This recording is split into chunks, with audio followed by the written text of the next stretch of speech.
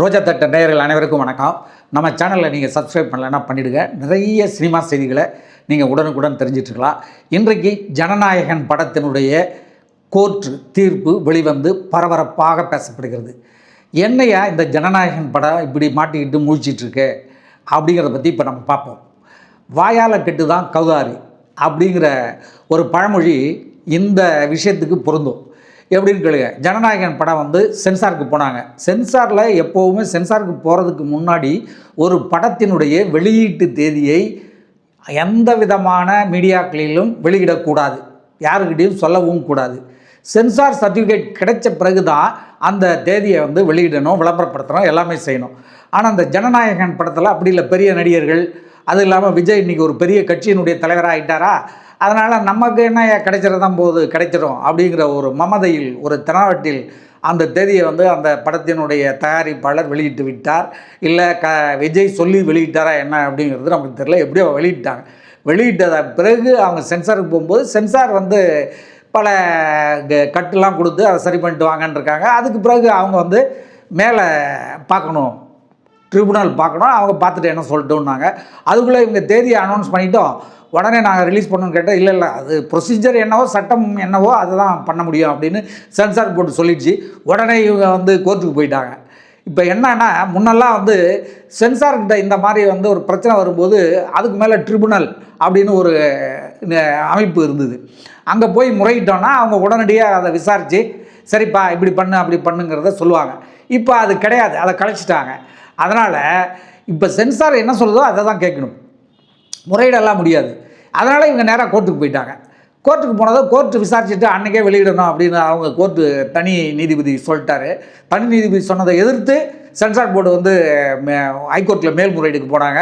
High court என்ன பண்ணிட்டாங்க, இல்லை தனி நீதிபதி இதனுடைய தீர்ப்பத்தை நிறுத்தி வைக்கிறோம். சென்சார் போர்டு வந்து சொல்லியிருக்கிறாங்க, மேல் இதை வந்து பார்த்து அதுக்கு பிறகு தான் இதை நாங்கள் முடிவு பண்ணுவோம் அப்படின்னு சொல்லிட்டாங்க. அதனால் இது ப்ரொசீஜர், சட்டம் எப்படி சொல்லுதோ அதன்படி தான் பண்ண முடியும். அரசாங்க அமைப்பை மீறி ஒன்றும் செய்ய முடியாது அப்படின்னு அந்த உயர்நீதிமன்றம் சொல்லிவிட்டு உடனே தயாரிப்பாளர் தரப்பு என்ன பண்ணாங்க, அதுக்கு மேலே போனாங்க. அதுக்கு மேலே போன உடனே அது விசாரிச்சுட்டு அந்த தீர்ப்பை இன்றைக்கி சொல்லிட்டாங்க. என்ன சொல்லிட்டாங்க, சென்சார் போர்டு இப்படி சொல்லுது, அதனால் இதை வந்து சென்சார் போர்டு சொல்லக்கூடிய விஷயங்கள் வந்து நம்ம ஃபாலோ பண்ணி தான் ஆகணும். அதனால் தனி நீதிபதி இதை விசாரித்து என்னன்னு சொல்லுங்கள் அப்படிங்கிற மாதிரி அவங்க இன்றைக்கி சொல்லிட்டாங்க. ஸோ இந்த மாதிரி இடியாப்ப சிக்கலில் ஜனநாயகன் மாட்டிக்கொண்டது. இதற்கு முழுக்க காரணம் ஜனநாயகன் படத்தில் நடித்த விஜய் தான் காரணம். ஏன்னா விஜய் வந்து இதை முன்னாடியே வந்து சரி பண்ணியிருக்கலாம். ஏன்னா அந்த சென்சாருக்கு அவங்க கேட்ட விஷயங்களை கொண்டு போய் கொடுத்து அவங்க சொல்கிற மாதிரி நடந்திருந்தால் அவங்க சென்சார் கொடுத்துருப்பாங்க. அப்படி இல்லையா, வெளியில் பேசிக்கிற மாதிரி பிஜேபி கூட்டணிக்கு விஜய் போயிட்டார்னா இந்த பிரச்சனைலாம் இருந்திருக்காது, சால்வ் ஆகிருக்கும். அவங்க பிஜேபி கவர்மெண்ட்டு தானே நடக்குது, அவங்கள்ட்ட சொன்னால் ஒரே செகண்டில் முடிச்சிருவாங்க அப்படின்னு வந்து எல்லாம் பேசிக்கிறாங்க. அதை மாதிரி கூட பண்ணியிருக்கலாம் இவர் விஜய், அதுவும் பண்ணலை. இப்போ இந்த விஷயத்தை அரசு இயந்திரம் செய்யும்பொழுது அது வந்து பழி வந்து அந்த அரசாங்கத்து மேலே தான் விழும். யார் கவர்மெண்ட் ஆள்றாங்க, எந்த கட்சி ஆள்றாங்களோ அந்த கட்சி மேலே தான் விழும். இப்போது அதே மாதிரி தான் விழுந்திருக்கு. பிஜேபி அரசு தான் இப்படி பண்ணிகிட்டு இருக்கு அப்படின்ட்டு ஒரு பக்கம் அப்படி இருந்தால் கூட, இன்னொரு பக்கம் பாருங்கள், நம்ம ஒரு சர்டிஃபிகேட்டோ ஏதோ வாங்க போகும்போது அங்கே ப்ரொசீஜர் இருக்கும். ஒரு ஒன்வேயில் போயிட்டுருக்கீங்க, ஒன்வேயில் போகும்போது எல்லாருக்கும் ஒரே தான் சட்டம் தான் அது. எல்லோரும் ஒன்வேயில் தான் போகணும். சைக்கிளும் ஒன்வேயில் தான் போகணும், டூ வீலரும் ஒன்வேயில் தான் போகணும், காரும் ஒன்வேயில் தான் போகணும், பஸ்ஸும் ஒன்வேயில் தான் போகணும், லாரியும் ஒன்வேயில் தான் போகணும். அங்கே போயிட்டு நான் லாரி பெரிய வண்டி, அதனால் இந்த ஒன்வே எங்களுக்கு பொருந்தாது, நாங்கள் இது உள்ளே போவோம் அப்படின்னா அது வந்து ஒத்து வராது. அதுபோல் தான் இன்றைக்கி எல்லா நடிகர்களுக்கும் எல்லா படங்களுக்கும் ஒரே ரூல் தான். ஏற்கனவே வந்து வேலு பிரபாகரனை பற்றி ஒரு படம் எடுத்தாங்க. அந்த படத்துக்கு சென்சார் பிரச்சனை வந்தோன்னா 12 ஆண்டுகள் கழித்து தான் அந்த சென்சார் பிரச்சனை வந்து தீர்ந்தது. அதுபோல் இன்றைக்கு வந்து இந்த ஜனநாயகனுக்கு சென்சார் பிரச்சனை வந்திருக்கு. சென்சார் போர்டு என்ன சொல்லுது, வெளிநாட்டுக்கு ஆதரவாக சில விஷயங்களை பேசியிருக்காங்க, சில விஷயங்கள் வந்து இராணுவத்துக்கு எதிராக பேசியிருக்காங்க. இதெல்லாம் நாங்கள் பார்த்து தான் முடிவு பண்ணுவோம். எங்களுடைய மேல் அதிகாரிகள் பார்த்து முடிவு பண்ண பிறகு தான் கொடுக்க முடியும்னு அவங்க சொல்லிட்டாங்க. அதை கோர்ட்டு வந்து ஆமாம் அப்படி இருக்கும்போது என்ன பண்ண முடியும் அப்படின்ட்டாங்க. அதனால் கீழ்கோர்ட்டு தனி நீதிபதி இதை வந்து விசாரிக்கலான்னு சொல்லிட்டாங்க. இது வந்து ஒரு பக்கம். இப்போ விஜய் வந்து இதுக்கு ஏன் எதுவுமே வாய் திறக்காமல் பதில் பேசாமல் நான் அடக்குமுறைக்கு அஞ்ச மாட்டேன்னு முந்தா நாள் பேசினார்.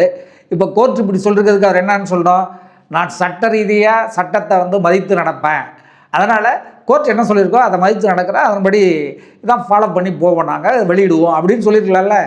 எதுவுமே சொல்லங்க. ப்ரொடியூசர் தான் வந்து இதுக்கு மேலும் நம்ம 500 கோடி பணத்தை செலவு பண்ணிட்டோமே, உடனே இந்த பணத்தை எடுக்கணும், ரிலீஸ் பண்ணால் தான் எடுக்க முடியும், இவர் தேர்தலில் நின்று கவுந்துட்டாருன்னா படத்தை ரிலீஸ் பண்ணி பிரயோஜனம் இல்லாமல் போயிடும், அதனால் தேர்தலுக்கு முன்னாடியே வெளியிட்டால் தான் அந்த 500 கோடிக்கு மேலே 1000 கோடியாக சம்பாதிக்க முடியும்னு ப்ரொடியூசரை அல்லாடுறாரு. கோர்ட்டு படியேறி இறங்கிட்டு இருக்காரு. விஜய் நமக்கு சம்பளம் வந்தாச்சு இனிமேல் என்ன அப்படின்ட்டு உக்காந்துட்டாரு. என்ன இப்போ ஒரே ஒரு விஷயம் மட்டும் அவர் பண்ணலாம். இந்த தயாரிப்பாளர் இந்த படத்தால் எவ்வளோ நஷ்டம் அடைஞ்சாலும் அதை நானே ஏற்றிப்பேன், அந்த பணத்தை கொடுத்து 500 கோடியை கொடுத்து படத்தை வாங்கிட்டு எப்போ வேணாலும் நான் அதை வெளியிடுவேன்னு சொன்னார்னா அவருக்கு மைலேஜ் கூடும். ரசிகர்கள்ட்டையும் பொதுமக்கள்லையும் பரவாயில்லையா, நல்ல மனுஷையா, இப்படி பண்ணிட்டாரே அப்படின்னு ஒரு மைலேஜ் கூடுறதுக்கு வாய்ப்பு இருக்குது. இதை விஜய் செய்வாரா என்ன அப்படிங்கிறது தெரியல. இன்னும் ஒரு பக்கம் இப்படி நடந்தால் அவ்வளோதான் ஜனநாயகன் படம். என்ன அப்படின்னா, இப்போ ஜனநாயகன் படம் இந்த கேஸ்லாம் முடிஞ்சு இன்னும் வர்றதுக்கு 1 மாதம் ஆயிடுச்சுன்னு வச்சுக்க, இன்னும் ஒரு 10-15 நாள்லேயே வந்து தமிழ்நாட்டினுடைய தேர்தல் ஆணையம் வெளியிட போகுது. வெளியிடுறதா வரதா எல்லாரும் சொல்லிகிட்டு இருக்காங்க. அதன்படி வெளியிடுவாங்க.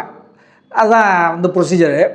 அப்படி தேர்தல் தேதியை வெளியிட்டுட்டாங்கன்னு வச்சுக்க, இந்த படம் வெளிவருமா என்பதில் சிக்கல் இருக்குது. ஏன்னா விஜய்க்கு எதிராக உள்ள கட்சிக்காரங்க போய் இந்த படம் தேர்தல் முடிகிற வரைக்கும் வெளியிடக்கூடாது, ஏன்னா இதில் பல விஷயங்கள் தேர்தல் சம்மந்தமாக பேசியிருக்காங்க, அதனால் வெளியிடக்கூடாதுன்னு ஒரு கம்ப்ளைண்ட்டை கொடுத்தாங்கன்னு வச்சுக்க, அவ்வளோதான். தேர்தல் ஆணையமே வந்து தடை போட்டுரும், தேர்தல் வரைக்கும் இந்த படத்தை வெளியிடக்கூடாது அப்படின்ட்டு. அது ஒரு சிக்கல் இருக்குது. ஸோ இப்படி பல சிக்கலில் விஜய் வந்து மாட்டிக்கிட்டார்.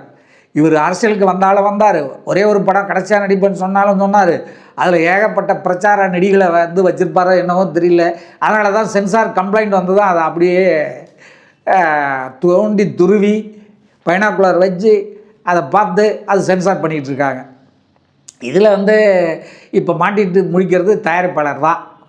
ஸோ விஜய் வந்து இந்த படம் வெளியிடுவதற்கு என்ன விதமான அக்கறை காட்டுகிறார் என்பதற்கு எந்தவித அறிக்கையும் தகவலும் எதிர்ப்பையும் அவர் சைட்லேருந்து காட்டவே இல்லை.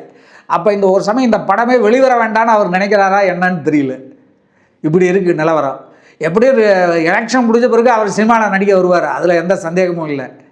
ஏன்னா எலெக்ஷனில் அவர் வந்து ஆட்சியை பிடிக்கலன்னு வச்சுக்க, எதிர்பார்த்த அளவுக்கு சீட்டு வரலன்னு வச்சுக்க, வீட்டில் சும்மா உட்காந்துருப்பார். நடிக்க வந்து தானே ஆகணும். 200 கோடி 150 கோடி கிடைக்கும் போது நடிச்சுட்டு தான் இருப்பார். விஜயகாந்த் அப்படி நடித்தவர் தானே. அதனால் இந்த படம் வெளிவருமா என்பது கேள்விக்குறியாக இருக்குது. தேர்தல் வரைக்கும் இந்த படம் வெளிவராது அப்படின்னு சொல்கிறதுக்கு பல விதமான சான்சஸ் இருக்குது. அது என்னன்னு நம்ம இன்னும் பொறுத்து இருந்து பார்த்தால்தான் தெரியும். விஜய்க்கு வந்து இப்படி எல்லாமே ஏடாகுடமாக நடந்துகிட்ருக்கு. ஏடிஎம்கேவையும் அவர் சும்மா இல்லாமல் சொரிஞ்சு விட்டார். இப்போ அவங்க கண்ணாபண்ணான்னு பிடிச்சி மூளைக்கு மூளை இவரை மொத்திக்கிட்டு இருக்காங்க. ஸோ என்ன ஆக போகுது விஜயனுடைய நிலைமை அப்படிங்கிறது, ஜனநாயகன் எப்போ வரும் அப்படிங்கிறது பொறுத்து இருந்து தான் பார்க்கணும். மீண்டும் அடுத்த வீடியோவில் சந்திப்போம் நேயர்களே. நன்றி, வணக்கம்.